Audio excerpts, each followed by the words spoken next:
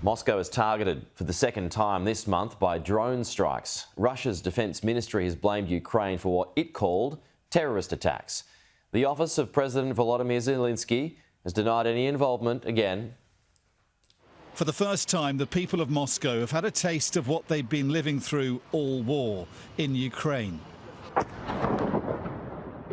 The outskirts of the Russian capital under assault from drones, crashing into open land or damaging buildings, including this apartment block in a well-off suburb, where members of Moscow's elites have homes. Ordinary residents told Sky News they were deeply alarmed by the attacks. It's not good at all, it's bad. Yes, of course, they should be downing all the drones. It's Moscow, not a border town. The question is why it reached here. I mean, there should have been some kind of air defence for all this. The attacks have prompted this accusation from Vladimir Putin, but also an admission that Russia's defences could be improved. This is, of course, a clear sign of terrorist activities. First, I want to say that the Moscow air defence system worked in the regular way, although there are things for us to work on. Now, Sky News has verified 4 places where drones either crashed or appear to have been shot down. And these are another 4 places where Russian authorities say they came down. Multiple air defence systems ring the Russian capital, and these are just some that we know about.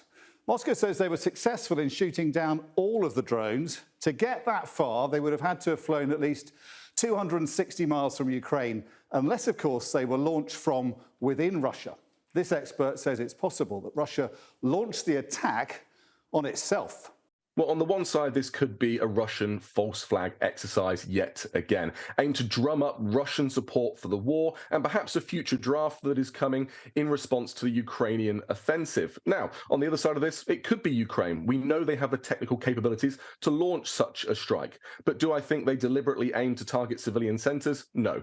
Ukraine has only ever targeted military, industrial, and energy infrastructure. And the only reason they hit civilian sites is because they were shot down by Russian air defenses. Others say Ukraine launched the drones in revenge for this. Russia's relentless attacks on its cities now happening night and day. Ukrainians woke up to yet another morning of aerial assaults that authorities say killed more than 4 people. Ukraine has promised allies not to attack targets in Russia. If it is behind this, it could alienate the West. As Ukraine's drone wars escalate, it may believe it had no choice but to retaliate. Dominic Waghorn, Sky News.